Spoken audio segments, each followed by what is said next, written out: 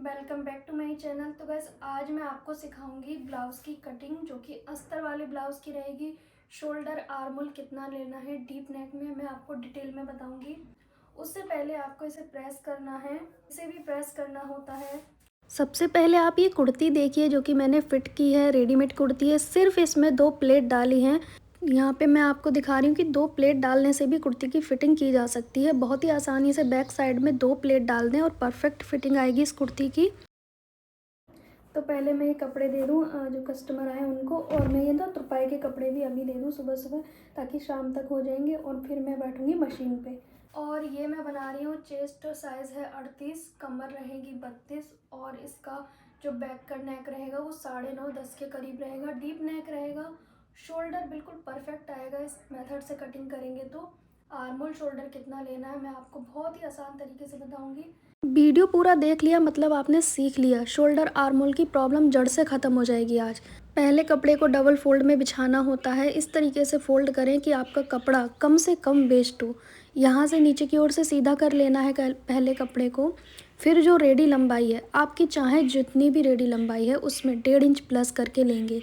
Half inch ऊपर shoulder में जाएगा, 1 इंच प्लेट से छोटा हो जाता है।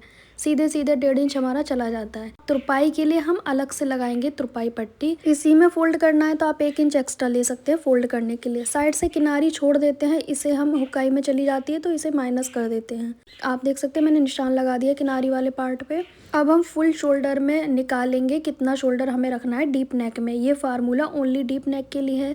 कस्टमर का जैसे है 15 इंच, तो मैं लूँगी 7.5। जी हाँ, आपको फुल शोल्डर का मार्क करना है। फुल शोल्डर का आधा 7.5 आएगा मेरे मेज़रमेंट के अकॉर्डिंग। तो फुल शोल्डर से कितना आपको शोल्डर माइनस करना है वो मैं आपको बता रही हूँ। यहाँ पे मैंने 7.5 में मार्क कर दिया। अब आपको क्या करना है, इंची टेप को यहाँ कॉर्नर से उठाएंगे। ध्यान से देखें मैंने कैसे उठाया है। 7.5 पे ले जाके रख देंगे इस कॉर्नर को इंची टेप के। 2 बार फोल्ड किया मतलब हमारा ये 4 फोल्ड में इंची टेप हो गया फ़िलहाल। अब जो आएगा इसको हम यहाँ से रखेंगे, बाहर वाला जो निशान है वहाँ पे रख देंगे। फिर इसको हम निशान लगाएंगे क्योंकि जो फोल्ड करने के बाद आया उतना हम माइनस करेंगे। तो फुल शोल्डर से आप निकाल सकते हैं किसी भी साइज़ का शोल्डर, लेकिन डीप नेक में। तो ये हमें मिल गया 5.5। तो इस तरह से आपको शोल्डर मिल जाएगा आपका। यहाँ पे भी हम 5.5 लगाएंगे। फिर आर्म होल। अब ये आर्म होल का भी बहुत बड़ा इशू होता है। इंची टेप कोई सीधा रखता है, कोई तिरछा रख देता है, इसलिए मैंने ये निशान लगाया है 5.5, तो इंची टेप सीधा रहे। अब आर्म होल लेंगे 6 इंच पे। अब आप बोलोगे हाफ इंच एक्स्ट्रा क्यों लिया, क्योंकि इसमें प्लेट भी तो डलती है ना। जब प्लेट डाल दोगे हाफ इंच की तो वो छोटा भी तो हो जाएगा आर्म होल। तो आपको हाफ इंच बड़ा करके लेना है। बिल्कुल ना डरें कि डीप नेक है, आर्म होल से कोई प्रॉब्लम नहीं होता है, शोल्डर से प्रॉब्लम होता है। यहाँ पे चेस्ट का 4th पार्ट, फिर हमने 2 इंच एक्स्ट्रा मार्जिन। तो जो भी चेस्ट है चौथाई भाग लेंगे। मैंने 9.5 लिया था। अब मोस्ट इम्पॉर्टेंट एक और चीज़, ये वाला पुराना शोल्डर हमने हटा दिया। अब यहाँ से आर्म होल की गोलाई कैसे करें। डीप नेक में गोलाई करनी है आपको 1 इंच पे। जिस साइड से आपको हाथ सीधा पड़ता है वैसे आप करें। फिर एक सेंटर निकालेंगे, जो ये आया था ना आर्म होल 6 इंच है तो 3 इंच आएगा सेंटर। फिर इस कॉर्नर के दोनों साइड हमने 3-3 इंच पे मार्क कर लिया। बस अब गोलाई कर देनी है। ये है गोलाई।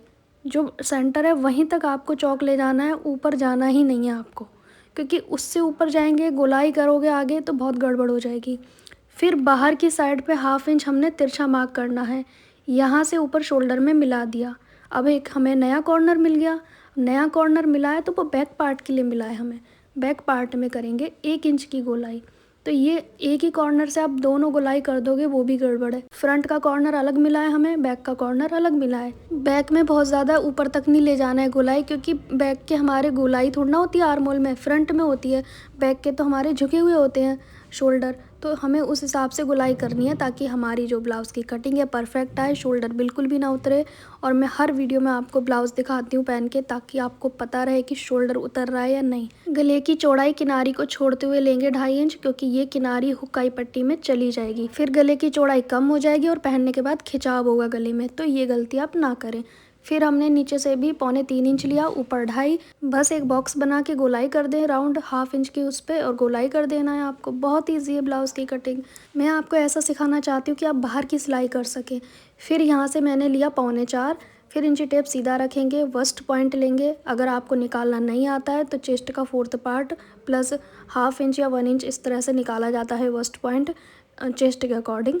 तो जो पॉइंट आया वहाँ से 1 इंच की दूरी पे प्लेट डाल दी, ये वाली प्लेट 1.5 इंच की दूरी पे, सारी प्लेट इस वस्ट पॉइंट से डलेंगी। और ये दोनों प्लेट डालेंगे 2-2 इंच की दूरी पे, पहली 1 इंच की दूरी पे, दूसरी 1.5 और बाकी 2-2 इंच की दूरी पे। परफेक्ट सर्कल बन गया, मतलब हमारी प्लेट बन गई। अगर ये सर्कल से आगे पीछे है तो उसे सेट कर ले, कोई डरने की ज़रूरत नहीं है। बहुत ही आसान है, बहुत ही आसान।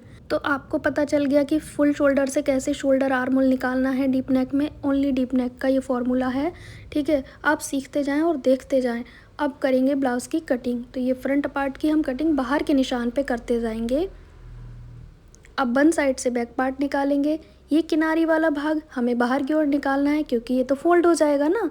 तो बाहर साइड से निशान लगाना शुरू करेंगे। और ये नेक की ये वाली चौड़ाई ज़रूर ध्यान रखें, ताकि हम बैक नेक की चौड़ाई भी इतनी ही रखें। अब इसे हटा देंगे, कोई ज़रूरत नहीं है। बैक में कुछ चेंजेस करेंगे, ½ इंच लंबाई कम करेंगे, ½ इंच चौड़ाई कम करेंगे। फ्रंट पार्ट से चौड़ाई बैक की कम करते हैं और लंबाई भी। रीज़न, फ्रंट में 4 प्लेट हैं और बैक में 2, तो अंतर तो आना ही है ना। तो हम क्यों ना पहले ही इसे अच्छे से कट करके चलें। 1 इंच चौड़ाई कम की, ½ इंच लंबाई कम की, परफेक्ट आएगा आपका। कहीं से लास्ट में कुछ छाँटने छूटने की ज़रूरत ही नहीं पड़ेगी। गले की लंबाई रख देंगे 10 इंच पे। ऊपर देखेंगे आप, चौड़ाई मैंने बिल्कुल नहीं छेड़ी है, जो फ्रंट की थी वही बैक की। नीचे की चौड़ाई मैं थोड़ी सी बढ़ा दूंगी, ऊपर की बजाय नीचे की। ध्यान रहे, मैंने नीचे की चौड़ाई की बात की है, ऊपर जितना है उतना ही रहने देंगे, क्योंकि आगे पीछे का गला हमारा एक ही चौड़ाई का होना चाहिए, वरना वो शोल्डर उतरने की अगेन वही समस्या। शोल्डर उतरने की बहुत सारी वजह होती है, एक वजह नहीं होती है। इसीलिए आप बारीकी से चीज़ें सीखें और वीडियो को पूरा वॉच किया करें। अब एक और इम्पॉर्टेंट चीज़, जब आप प्लेट डालेंगे ना, यहाँ से लेंगे आप जितना भी आपको 3.5, पौने 4, 4 जो भी रखना है, फिर रखें। इसके बाद यहाँ पे लंबाई लेंगे प्लेट की लंबाई मैं यहाँ तक रखूँगी। अब ये प्लेट डालोगे, कॉर्नर निकल आता है ना, इसका भी सॉल्यूशन है, डरने की कोई ज़रूरत नहीं है। पहले आप प्लेट की चौड़ाई का निशान लगा लें, यहाँ से 1 इंच की प्लेट डालेंगे मान लीजिए। अब जो निशान आया है वहाँ से आपको क्या करना है, ½ इंच यहाँ से डाउन कर देना है। सिंपल सी चीज़ें हैं, बहुत आसान है। फिर इसको कट करेंगे। अब आप देखेंगे जब आप प्लेट डालेंगे तो कोई कॉर्नर नहीं आएगा। देखा आपने, मैजिक हो गया ना। घर बैठे आप सिलाई सीखें और रोज़ 3 बजे वीडियो अपलोड होता है। फ्रंट के आर्म होल की छटाई करेंगे। अब आप देखेंगे कि मैं यहीं पे रोक दूंगी अभी से, रीज़न आपको समझाने के लिए। यहाँ से ½ इंच और आपको इस तरह से बढ़ाना है, सिर्फ यहीं तक। क्यों? क्योंकि जब आप प्लेट डालेंगे तो यहाँ का कोना ऊपर की ओर ना चढ़े। जो फिटिंग वाली साइड है ना, ये वाली, यहाँ से कट करके चलेंगे तो ये कट करने से बहुत ही अच्छी फिटिंग आएगी और आपकी प्लेट भी बहुत अच्छी डलेगी। गाइस, हमारे यहाँ पे थोड़ा शोर होता है क्योंकि एयरपोर्ट पास में है, पूरा दिन एयरप्लेन का शोर रहता है, तो थोड़ा सा एडजस्ट कीजिएगा। यहाँ पे 4 फोल्ड में स्लीव्स हम रखेंगे, तो मेरे स्लीव्स में जॉइंट आएगा, नीचे से कपड़ा सीधा कट कर लेना है। फिर ड्राफ्टिंग स्टार्ट करेंगे। ये लेस है तो मतलब हम तुरपाई वाली स्लीव नहीं बनाएंगे। जो रेडी लेंथ है 9.5 है तो 10.5 पे मार्क करेंगे। ½ इंच नीचे और ½ इंच ऊपर जाएगा। फिर 3 इंच पे हमने क्या करना है, डाउन भी करना है। रीज़न, छोटी स्लीव में 2.5 इंच करते हैं और बड़ी स्लीव में 3 इंच, अदरवाइज़ बगल में रिंकल आएंगे, जो आर्म होल होता है ना वहाँ पे। 3 इंच डाउन कर देंगे इस तरीके से। यहाँ पे गोलाई का आधा लेंगे, यहाँ पे आर्म होल का आधा लेंगे। तो 14 है तो मैं 7 पे मार्क करूँगी। और आपको इस वाली साइज़ में ना ½ इंच आर्म होल लूज़ पहनना है। ये स्टिचिंग के समय मैंने डिटेल में बताया है। 2 इंच पे हमने ये वाली गुलाई की, फिर 1.5 इंच पे ये वाली गुलाई कर दी। ध्यान से देखिएगा, कटिंग कर देंगे। इसमें जॉइंट कैसे लगाते हैं, 2 पार्ट जॉइंट के हैं तो हम 2 पार्ट ही लगाएंगे इसमें जॉइंट के। इस तरीके से रख देंगे। और जो ½ इंच का मैंने निशान लगाया था ना, ये वाला, ये जाएगा जॉइंट में, तो ये माइनस बाद में हो जाता है ना, इसीलिए हमने पहले ही निशान लगा दिया। एक्स्ट्रा लेके हमने कट कर देना है, तो ये हमारा जॉइंट लग जाएगा स्लीव की स्टिचिंग के समय पे। गाइस, इसकी फुल वीडियो स्टिचिंग की डाल दी है, बहुत ही बारीकी से डिटेल में, क्योंकि एक ही वीडियो बहुत लंबा हो जाता है इसीलिए। फिर हमने मेन कपड़े को लिया, डबल फोल्ड में रखेंगे। बंद वाले को बंद साइड, ओपन वाले को ओपन साइड। कपड़ा ऐसे यूज़ करें कि कम वेस्ट हो। आपने देखा मैंने कितने अच्छे से रखा है, आर्म होल से आर्म होल मिला के। और 1 इंच एक्स्ट्रा मार्जिन लेके आपको कट कर देना है। देखा आपने, स्लीव्स के लिए भी कपड़ा काफ़ी बचा हुआ है मेरे पास। अब यहाँ पे हम इसकी स्लीव्स की कटिंग करेंगे। 4 फोल्ड में अगेन इसको रखेंगे, फिर इसके ऊपर बंद वाली साइड को बंद वाली साइड 1 इंच मार्जिन लेके कट कर दिया। आपने देखा अस्तर वाले ब्लाउज़ की कटिंग कितनी आसानी से मैंने बताई है, शोल्डर आर्म होल सारी प्रॉब्लम सॉल्व। तो कैसी लगी आपको मेरी ये वीडियो कटिंग की? अच्छी लगी हो तो वीडियो को लाइक शेयर, चैनल को सब्सक्राइब जरूर कीजिएगा। और हाँ, इसकी स्टिचिंग की वीडियो आएगी जल्दी से, वो भी देखिएगा। तब तक के लिए बाय बाय।